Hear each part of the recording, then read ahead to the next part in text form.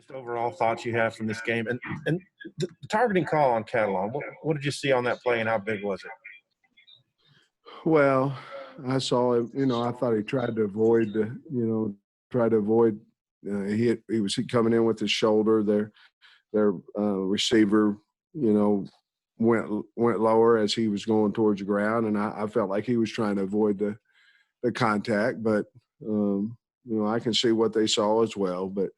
But certainly it looked to me like he was trying to avoid getting his head out of there and trying to avoid the receiver's helmet as well.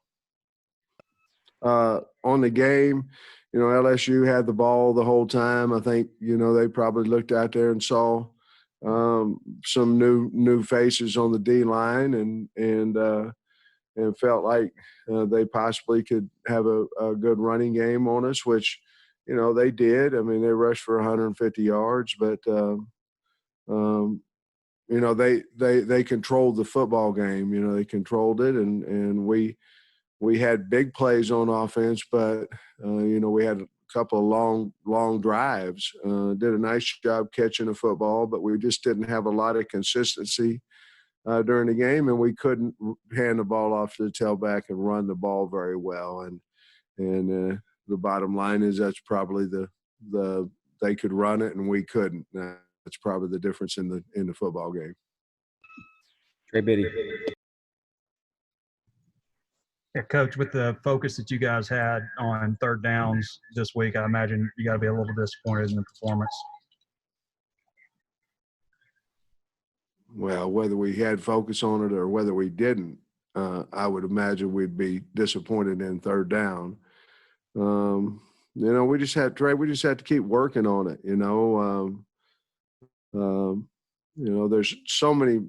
Anytime you lose by 3, there's so many points in the game that can go one way or the other. We had an opportunity to go up 8, and we couldn't convert that third down, that specific one, and we had got a field goal and went up 4, and then certainly if we'd have went up 8, then we'd have put a lot of pressure on them. We couldn't do it, and it was that way a lot. Our big plays, I believe, a lot of them came on first and second down. However, we did convert the 4th and 3 to keep the game alive and give us opportunity to tie it. So we'll just keep working at it. You have to give LSU's defense credit. They had a nice game plan. They did a nice job.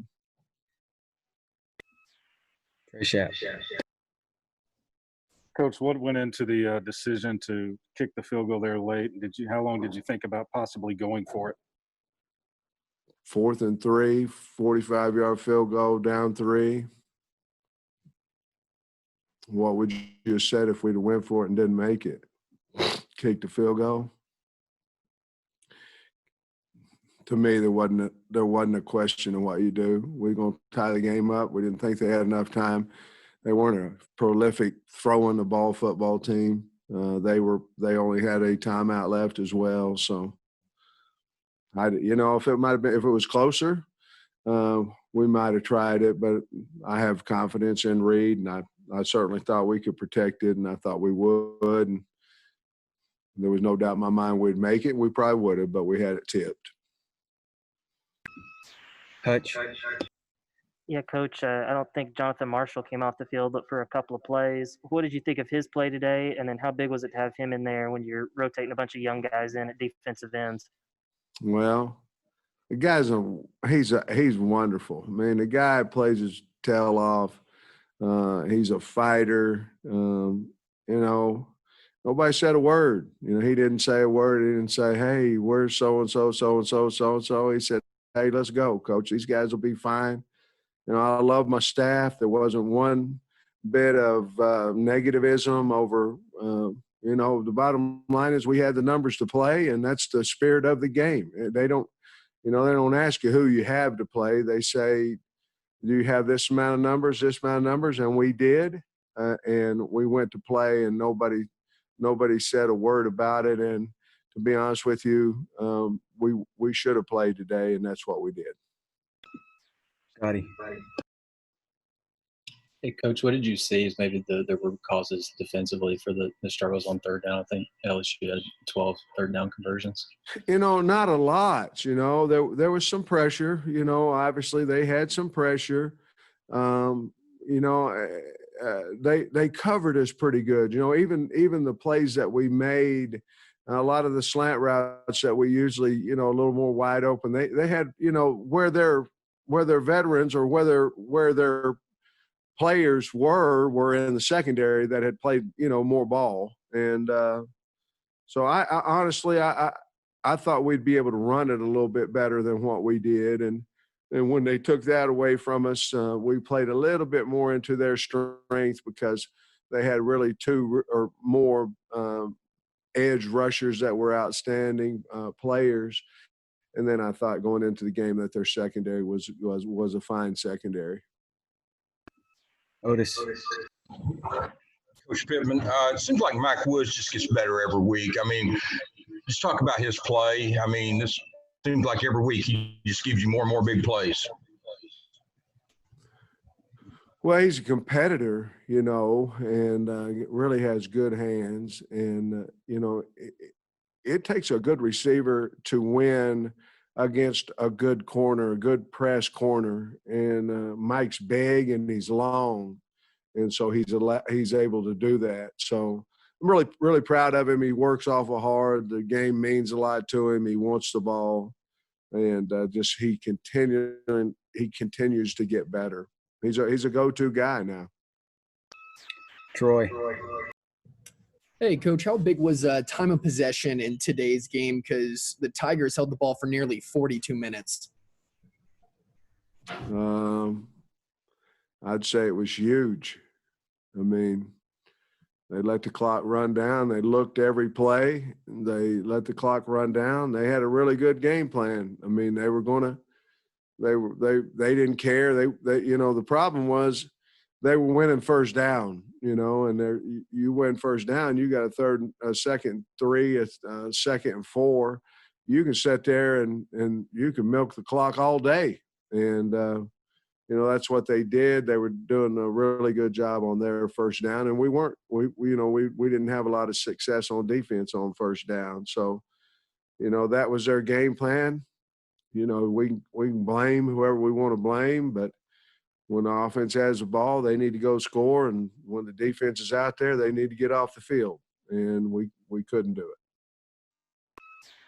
Basil. Hey, Coach, had multiple review plays today.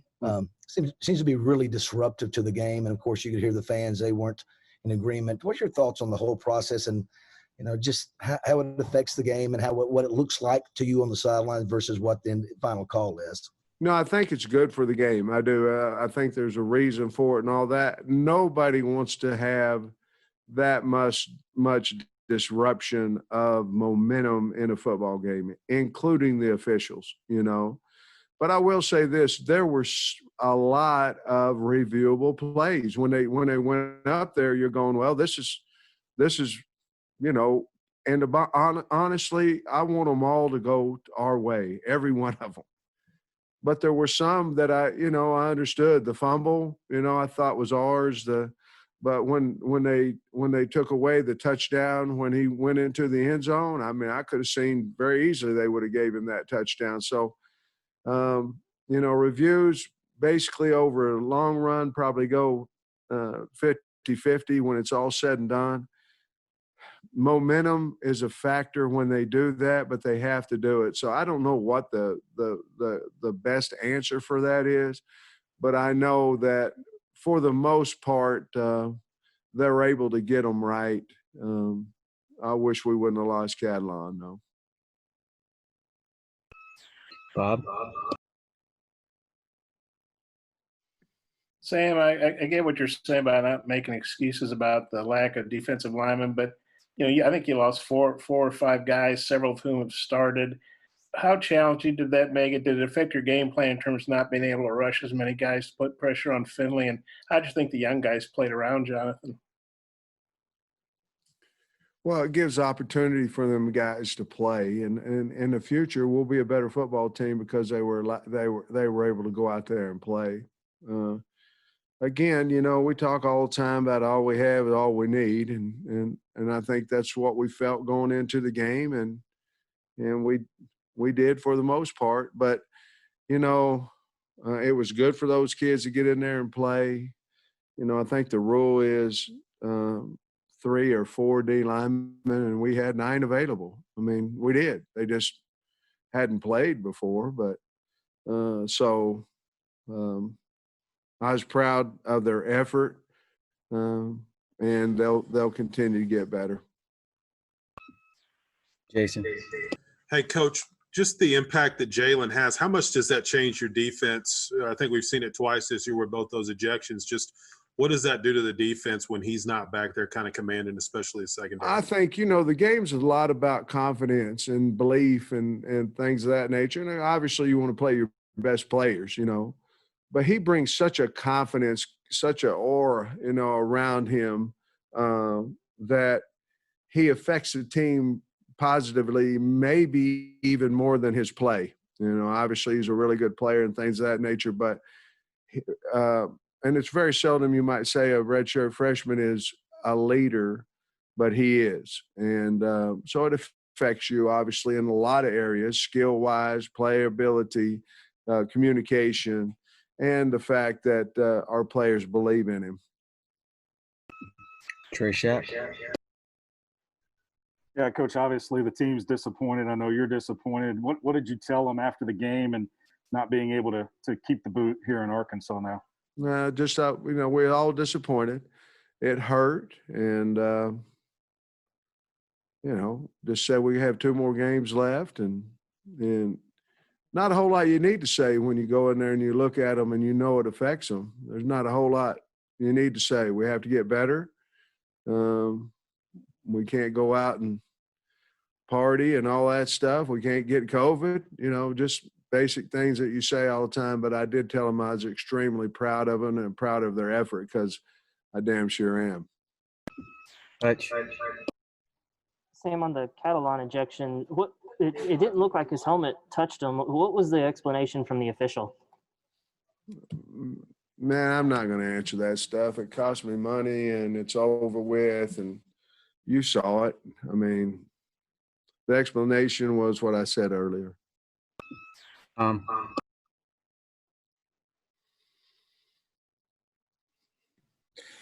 Sam, you said that LSU had a good game plan limited your run game. What do they do? What made a difference on that? They ran the ball like this.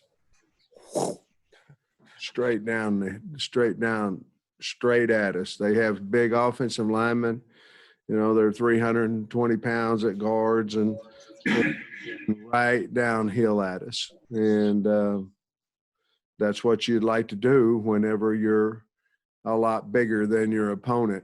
The thing with LSU, they were just scary enough throwing the football and Finley running the football that we didn't bring a whole lot of man pressure.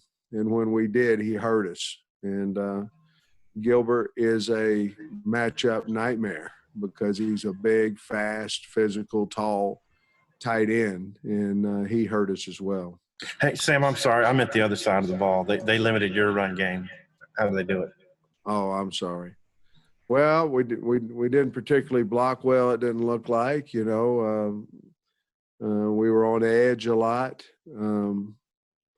And I don't know that we, trusted it after early. We're a team that, we talked about half about staying with the run, and because we can't get people to bite up on the pass if we can't run the football. But they were physical. They were twisting their inside players a little bit, and we tried to run a draw, and they twisted like we anticipated. But they did a little bit more movement. They were pretty plain vanilla on a lot of their games that we watched, and they did a little bit more movement of the D-line. And honestly, I thought their linebackers played a good football game today and made a lot of tackles.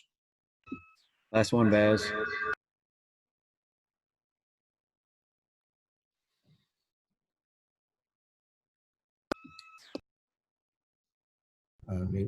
We're good? think I'm good now. Coach, LSU secondary came into this game as one of the more poor secondaries in the country. And obviously when you struggled to run the ball, but it seemed like you didn't take your deep ball success was good today, but it seemed like you didn't for a while, didn't take many shots. You had one shot, which was a 65-yard touchdown to Burks early, but it seemed like it took until about the third quarter to start taking some deep shots. Is that just my observation, or did it seem that way? I don't know. On every play, is that you, Baz? Yeah, on every play, Baz, there's somebody going deep and someone short and someone crossing. I don't know that we didn't attempt those balls, and early I thought that he was flushed a lot, so he really couldn't sit in there and throw the deep ball. But we wanted to go after their secondary and throw the ball deep. I know that was a big part of our game plan, but I think you're right. It was I think we might have had one drive where we might have thrown the ball a little deeper early. And then in the second half, Mike attacked them twice in there. But to be honest with you, to throw the ball deep, you have to be able to protect it. And I think we were a little bit concerned about dropping back there and with their two edge rushers. So we wanted to try to do it. And if you saw us take deep throws, Baz, I think for the most part it was on early downs.